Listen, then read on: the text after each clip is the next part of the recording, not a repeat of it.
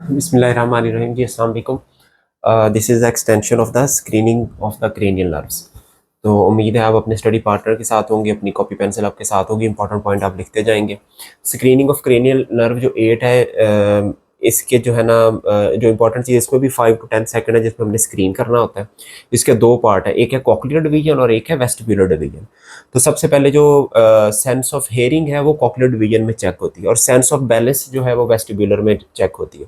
तो पहले हम डिस्कस करते हैं कि कैसे मिनिमम टाइम में विद इन 5 to 10 सेकंड हमने इसको भी स्क्रीन करना है।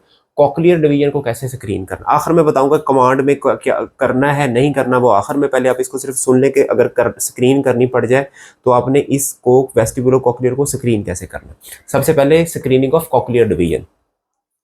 आपने सबसे पहली कमांड पेशेंट को कॉक्लियर डिवीजन स्क्रीन करते हुए क्या देनी है कि एक कान उसका अपने जो 1 ईयर जो है उसको प्लग वो उसको क्लोज करेंगे और दूसरे ईयर में 2 मेथड है। या तो आप राइट साइड पे मिसाल के तौर पे करके, या तो आप उधर विस्पर करेंगे या आप फिंगर को रब करेंगे, रब जस्ट रब करेंगे और एक आर्म डिस्टेंस के ऊपर आप खुद देख लें जहाँ पे आपको एक अच्छा डिस्टेंस सुन जाता है, तो आप सिर्फ उसको रब करेंगे और उसे पूछेंगे कि आपको सुनाई दे रहा है, वो कहेगा जी सुनाई दे रहा है।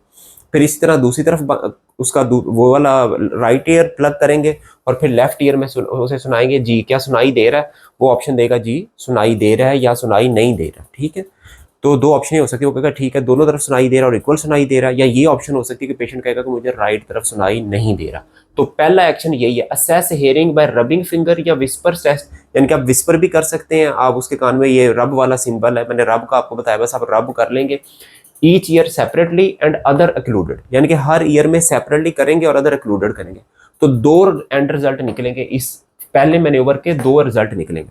पहला रिजल्ट तो ये होगा normal and equal sense of hearing bilaterally, क्योंकि उसमें कॉक्लियर पार्ट जो है वेस्टिबुलर कॉक्लियर नर्व का वो नॉर्मल होगा, दोनों तरफ उसको सुनाई दे रहा है और इक्वल दे रहा है। दूसरी पॉसिबिलिटी ये है कि एक तरफ उसको डिक्रीज हेयरिंग है या एब्सेंट हेयरिंग। अच्छा, ये जो ना इसमें परेशानी हो ना, अक्सर पेशेंट जो ना वो खुद ही बता देते हैं कि जी आप जब ऐसे करेगा आप उसे करेंगे जी मुझे तो इस तरफ सुनाई नहीं देता डॉक्टर साहब, मुझे इस तरफ सुनाई नहीं देता, दूसरी तरफ कहेंगे हाँ इस तरफ आपको सुनाई देता है। तो पहले मैन्योवर से सिर्फ आपने सिर्फ ये करना है कि दोनों तरफ इक्वल हेयरिंग है या किसी एक साइड में डिक्रीज हेयरिंग है, decrease hearing in any year. तो इस मैन्योवर से आपने पहला एंड रिजल्ट पिक कर लिया। ठीक है, अगर तो वो नॉर्मल आ गया और इक्वल है बाइलेटरल तो बस बात खत्म होगी, screening of 8th cranial nerve का जो कॉक्लियर पार्ट है वो कंप्लीट हो गया, आगे कुछ नहीं करना। लेकिन अगर ये कंडीशन नहीं है, एक तरफ हेयरिंग डिक्रीज है, सेंस ऑफ हेयरिंग डिक्रीज है, तो फिर आप सेकंड मैन्यूवर करेंगे, उसको हम कहते हैं अप्लाई रीनिस टेस्ट। ठीक है, पहले आपने हेयरिंग कंफर्म की कि दोनों तरफ इक्वल है या कोई डिजीज ईयर है जिसमें डिक्रीज हेयरिंग है, वो ईयर पिक किया, अब उसके ऊपर आपने रेनिस टेस्ट अप्लाई करना। अब जो रेनिस टेस्ट अप्लाई करेंगे तो अब आप किसके ऊपर अप्लाई कर रहे हैं, जिसके अंदर डिक्रीज हेयरिंग का, डिजीज्ड हेयर के अंदर आपने रेनिस आपने अप्लाई किया। अब आप इसमें से चाहते क्या, हम चाहते ये हैं रेनिस टेस्ट अप्लाई करके कि ये जो उसका फर्ज के राइट ईयर में पेशेंट को कम सुनाई दे रहा है या डिक्रीज हेयरिंग है इसकी, तो हमने अब डिसाइड ये करना है कि इसको इस साइड में कंडक्टिव डेफनेस है या सेंसरी न्यूरल डेफनेस है, ये दो रिजल्ट हम जानना चाह रहे हैं, उसके लिए हम रेनिस टेस्ट करें।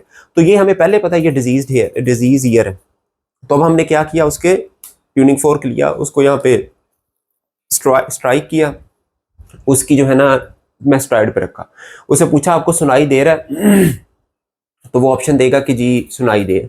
उसके बाद फिर आपने इधर रखना कि आप सुनाई दे रहा है, वो कहेगा हाँ जी सुनाई दे रहा है। फिर आपने पूछना अब ज्यादा सुनाई दे रहा है या जब हमने पीछे रखा था उस वक्त सुनाई ज्यादा, तो वो आपको हो सकता है वो कहेगा कि नहीं जब आपने मेरे कान के बिल्कुल करीब रखा है तो मुझे ज्यादा अच्छा सुनाई दे रहा है। ठीक है, तो इसको कहते हैं air conduction is better than the bone conduction. ये कीप इन ईयर, यानी कि मैं अब स्क्रीनिंग बता रहा हूँ, इसमें बहुत सारा मेथड है, इसको मैं वो नहीं बता, मैं बता रहा हूँ जो एग्जाम पॉइंट ऑफ व्यू से। ठीक है, जो बुक्स में लिखा वो नहीं, एग्जाम पॉइंट जिसमें हमने सिर्फ जो डिजीज एयर की पैथोलॉजी पकड़नी है उसके लिए। अब पैथोलॉजिकल एयर था, हमने उसके बोन कंडक्शन बोन के ऊपर रखा, उसने कहा सुनाई दे रहा, उठा बुक में तो लिखा हुआ आप रख ही रखें जब तक वो सुनना बंद ना हो जाए फिर इधर आए, बस आपने रखना होगा हाँ जी मुझे सुनाई दे रहा। उसके बाद फिर आपने फौरन इधर रखा, सुनाई दे रहा, उसने कहना जी सुनाई दे रहा। आप पूछे कौन सा बेहतर सुनाई दे रहा है, जो आप कान के आगे रखते हैं उससे या बोन के ऊपर रखते हैं उससे, वो कहकर नहीं जब आप कान के आगे रखते हैं तो मुझे ज्यादा अच्छा सुनाई देता है। तो पहली ऑप्शन है air conduction is better than the bone conduction.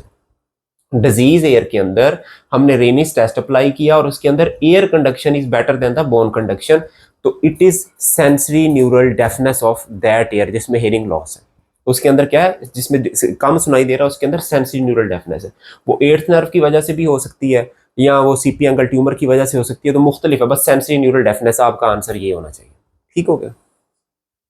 दूसरी पॉसिबिलिटी क्या है कि आपने उसके यहाँ पे रखा और उसके बाद आपने यहाँ पे रखा, आपने कहा जी आप आपको कौन सी बेहतर दे, इसे कान के आगे रखा आपको सुनाई, वो कहने कान के आगे रखते हो तो मुझे बिल्कुल सुनाई नहीं देता, यहाँ पे बोन पे रखते हो तो मुझे बेहतर सुनाई देता है। इसका मतलब है bone conduction is better than the air conduction. अगर ये वाली पॉसिबिलिटी है तो इसका मतलब वो डिजीज ईयर जिसको हम एग्जामिन कर रहे हैं उसके अंदर कंडक्टिव डेफनेस है। ठीक है, तो कंडक्टिव डेफनेस की कॉज क्या होती है? एक्सटर्नल ईयर को वैक्स है, कोई उसके ग्रोथ है, या कोई इन्फेक्शन है, ओटाइटिस एक्सटर्ना है, या ओटाइटिस मीडिया है, पस है उसके क्रोनिक सुपरेटिव ओटाइटिस मीडिया के, उसकी ईयर का जो लेयर है वो ब्लॉक है, या ऑटोसेक्लेरोसिस जो बोन है ओल्ड एज के अंदर जो बोन्स है वो स्टीनोज्ड हो गई हैं, जिसकी वजह से वो जो कंडक्टिव पाथवे वो ब्लॉक हो गया। तो बस स्क्रीनिंग क्या है? सबसे पहले आपने वो एक पहला मैनूवर ये रबिंग से एक कान को बंद करके पिक करना है कि कौन सा ईयर है पेशेंट का जिसके अंदर डिक्रीज हेयरिंग है। वो हेयरिंग जिसके अंदर डिक्रीज है, वो अगर तो वो नॉर्मल है एंड इक्वल है बाइलेटरल, तो बस बात खत्म होगी, cochlear division is okay, there is no paralysis of eighth nerve. अगर है डिजीज हेयरिंग है तो उसके अंदर डिजीज ईयर के अंदर हमने रेनिज टेस्ट अप्लाई करना है टू डिसाइड कि उसको सेंसरी न्यूरल डेफनेस है या कंडक्टिव डेफनेस है। तो अगर air conduction is better than the bone conduction तो सेंसरी न्यूरल डेफनेस, और अगर bone conduction is better then air conduction तो कंडक्टिव डेफनेस है। तो बस ये रिजल्ट है, ये इसकी कॉजेज हैं, आपने इसके अंदर यही स्क्रीनिंग करनी। अब वेस्टिब्यूलर डिवीजन यूजुअली बैलेंस के साथ इसका लिंक होता है। आमतौर पे एग्जाम पॉइंट ऑफ व्यू के अंदर जब आप एग्जाम में स्क्रीन कर रहे हो तो जस्ट आप पेशेंट की आईज पे लुक करें कि उसको हॉरिजेंटल या वर्टिकल निस्टेगमस स्पॉन्टेनियसली तो नहीं आ रहा, फास्ट ऐसे एक तरफ फास्ट उसका एलिमेंट होगा और एक तरफ जो है ना स्लो उसका होगा। तो आपने बस देखना कि उसको आ रहा है या नहीं आ रहा, जस्ट ऑब्जर्व, सिर्फ ओनली ऑब्जर्व करना है फॉर हॉरिजेंटल और वर्टिकल निस्टेगमा। इसके अंदर जो एप्लीज और बाकी जो मैन्यूवर्स हैं वो यूजुअली हम नहीं करते क्योंकि पेशेंट के लिए कबरसम होते हैं और टाइम बहुत ज़्यादा वेस्ट होता है और हम स्क्रीन कर रहे होते हैं और उसमें हमें कोई बहुत ज़्यादा पैथोलॉजी डिजीज़ पैथोलॉजी को मिलने का इतना बड़ा चांस नहीं होता, इसलिए हम इसको ओमिट कर देते हैं। तो ये screening just point of view से है एग्जाम के, बेड साइड के ऊपर तो आप अपने तरीके से जिस तरह मर्जी करते रहें। ठीक है, तो बस ये एक मोटी सी स्क्रीनिंग है एट्थ क्रेनियल नर्व की। अब अगली क्वेश्चन कि कब करनी है एट्थ नर्व की क्रेनियल नर्व की, अक्सर स्टूडेंट पूछते हैं। करना उस वक्त है आपने एट्थ नर्व की क्रेनियल की स्क्रीनिंग जब आपको मेन कमांड ये मिली है examine the eighth cranial nerve, तो उस वक्त तो जरूर करना ही करना है। यहाँ वो कह रहा है कि स्क्रीन द क्रेनियल नर्व्स, उसमें भी फिर आपने करना, उसमें कम से कम ये जरूर आप कर लें, बल्कि ये अपनी आदत बना लेंगे। आप उसको बंद करके सुनाई दे रहा है वो कहेगा जी सुनाई दे रहा है, सुनाई दे रहा है वो कहेगा जी सुनाई दे, इक्वल है वो इक्वल है, बात खत्म, स्क्रीन हो गई।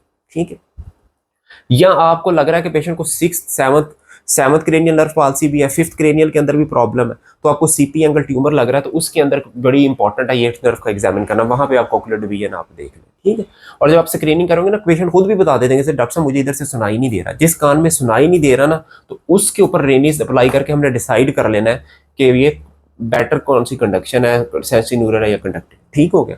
अब फर्ज करें अगर आपको मेन कमांड मिली हुई है upper motor neuron type para यानी कि मोटर सिस्टम की या सेंसरी सिस्टम की, उसके अंदर अगर आप क्रेनियल नर्व एग्जामिन करें ना तो उसमें ये एट्थ नर्व की स्क्रीनिंग मिस कर सकते हैं, तो उसमें हो सकता है हमें कुछ ना मिले। ठीक है, लेकिन अगर आपको डायरेक्ट एट्थ क्रेनियल नर्व की कमांड मिले या मेन क्रेनियल नर्व की स्क्रीनिंग की कमांड मिले तो ये फिर आपने जरूर स्क्रीनिंग करनी, फिर इसको नहीं छोड़ना। ठीक है, अगर सेंसरी या मोटर की मिली है तो फिर आप इसको छोड़ सकते हैं। तो मेरा ख्याल है कि मैंने आपको screening of eighth cranial nerve अच्छी तरह समझा दिया, ये बड़ी इंपॉर्टेंट है। बच्चे अक्सर इसमें जो है ना वो कंफ्यूज होते हैं कि हम क्या करें क्या ना करें, तो बस आपने यही करना है। मैसेज बड़ा क्लियर है, पिक पहली ऑप्शन कि दोनों तरफ नॉर्मल, या पिक द डिजीज ईयर और उसमें रेनीज अप्लाई करके देखें कि डिजीज ईयर में सेंसरी न्यूरल डेफनेस है या कंडक्टिव डेफनेस है, और वेस्टिब्यूलर के लिए सिर्फ ऑब्जर्व करें हॉरिजेंटल या वर्टिकल निस्टेगमस। Thank you.